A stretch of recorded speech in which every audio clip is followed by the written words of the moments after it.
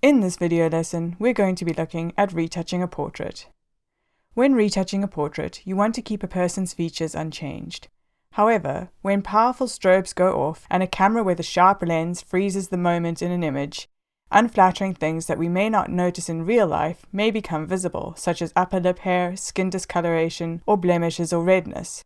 Those are the things that we typically want to either minimize or completely remove, while anything that the human eye can see in everyday life that will still be there in a month's time, you should keep in the portrait. For example, you generally won't remove freckles, moles, pronounced smile lines, or a bump in the bridge of the nose. Female portraits are sometimes approached with a little bit more of a flattering retouch than male ones. You may be expected to minimize large pores on the skin and the appearance of fine lines and wrinkles and so on, but all such adjustments should only be done if requested by the client. Artistic color grading is more accepted in portraits than in, for example, commercial beauty images. We're going to start by creating a blank layer for some light cloning and healing.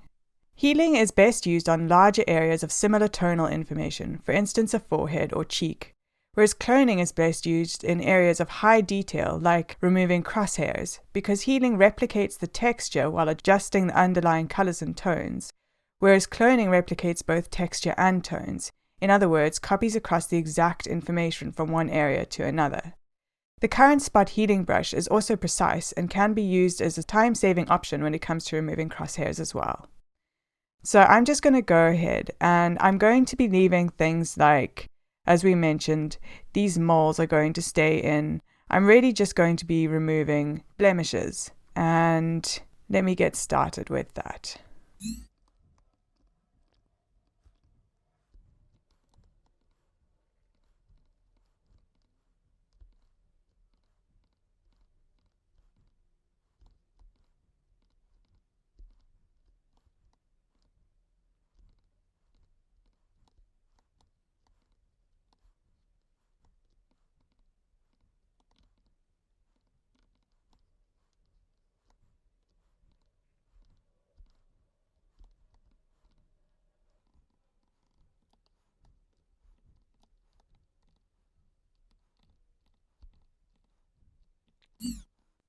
So that's most of our skin work as far as cloning and healing goes. We've really just removed blemishes and distracting details that the human eye wouldn't usually pick up on. When it comes to retouching hair in portraits, you don't really need to remove much, but it's just really distracting stray hairs. You don't want a portrait to look too perfect or polished. It's supposed to be a representation of a person, even if that person is a model or actress.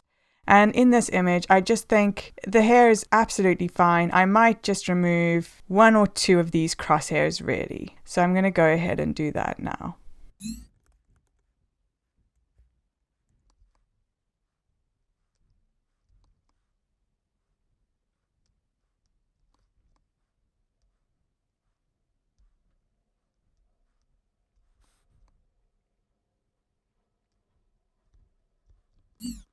And I think that's about fine. So we've just removed a couple of the crosshairs and some of the basic blemishes that were in the image. But portraits aren't only about skin. As you can see, this model is wearing some clothing. And we also need to work on that because distracting clothing can pull focus away from the model in a portrait. So as my last bit of cloning and healing work, I'm going to just try and remove some of these creases. So I'm going to create another blank layer here, and I'm going to go back to the healing brush tool, and I'm just going to remove these two creases here.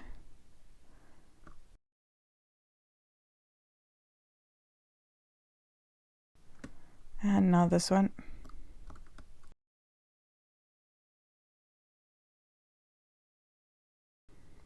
And I am going to be doing some dodging and burning as well. Go over that a little bit more. Great, and I think the rest can be done with dodging and burning there. So I'll approach that later. I'm also going to get rid of this area here, just with the clone tool and the healing brush tool.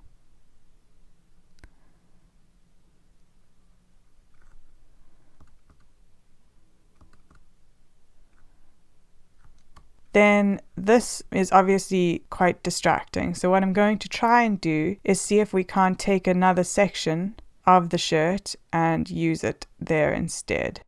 So I'm going to take quite a large section here.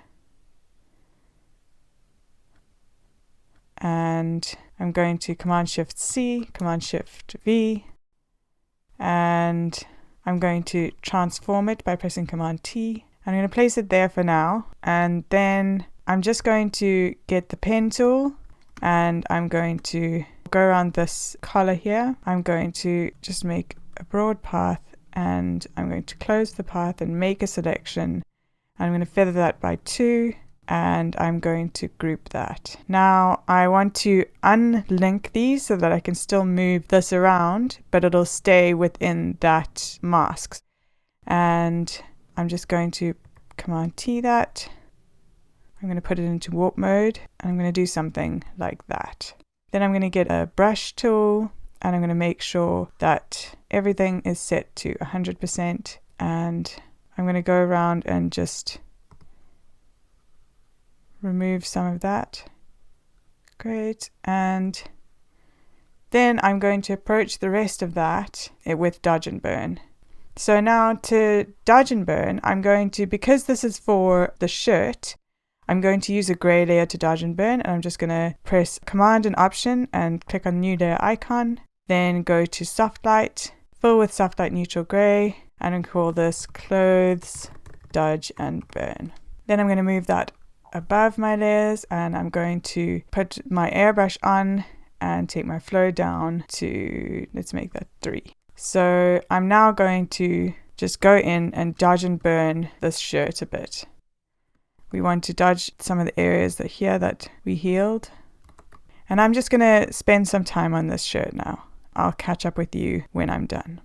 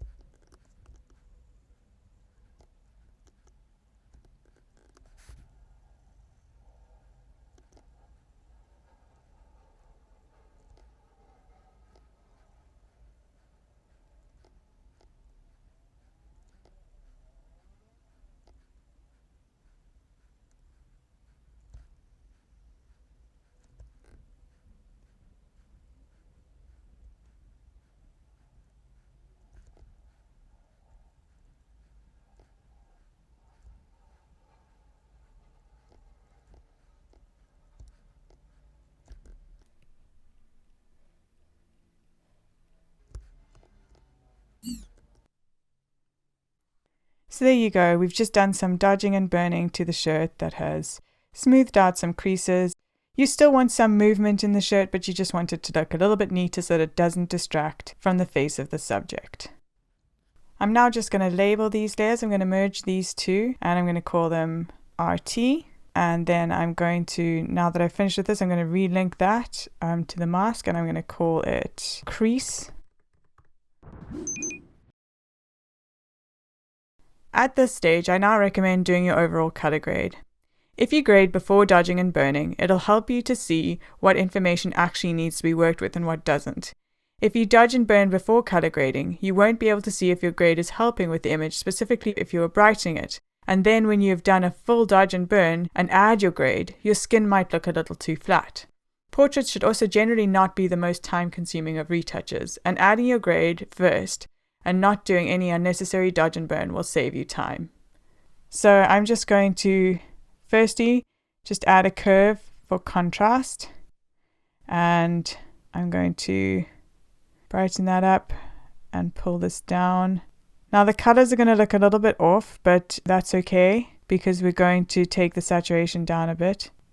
But I think something like that is a good level of contrast. Maybe just a little bit less bright than that. Somewhere around there is looking good. And then I think I'm going to add another curve for color. I'm going to address local color issues as well, so we're not worrying about that yet, but just for overall color, I think I want to add a little bit of red, just not that much, maybe that much. And I want to add a little bit of yellow, so I'm going to take some blue out. And then I'm just going to desaturate the whole image a little bit, maybe by about 12. And I'm going to call this contrast. I'm going to call this color and minus sat. And I'm going to group them all. And I'm going to call this OACC for overall color corrections. You can call it CG as well for color grade. With the grade ready, I'm going to prepare my dodge and burn curves for the skin.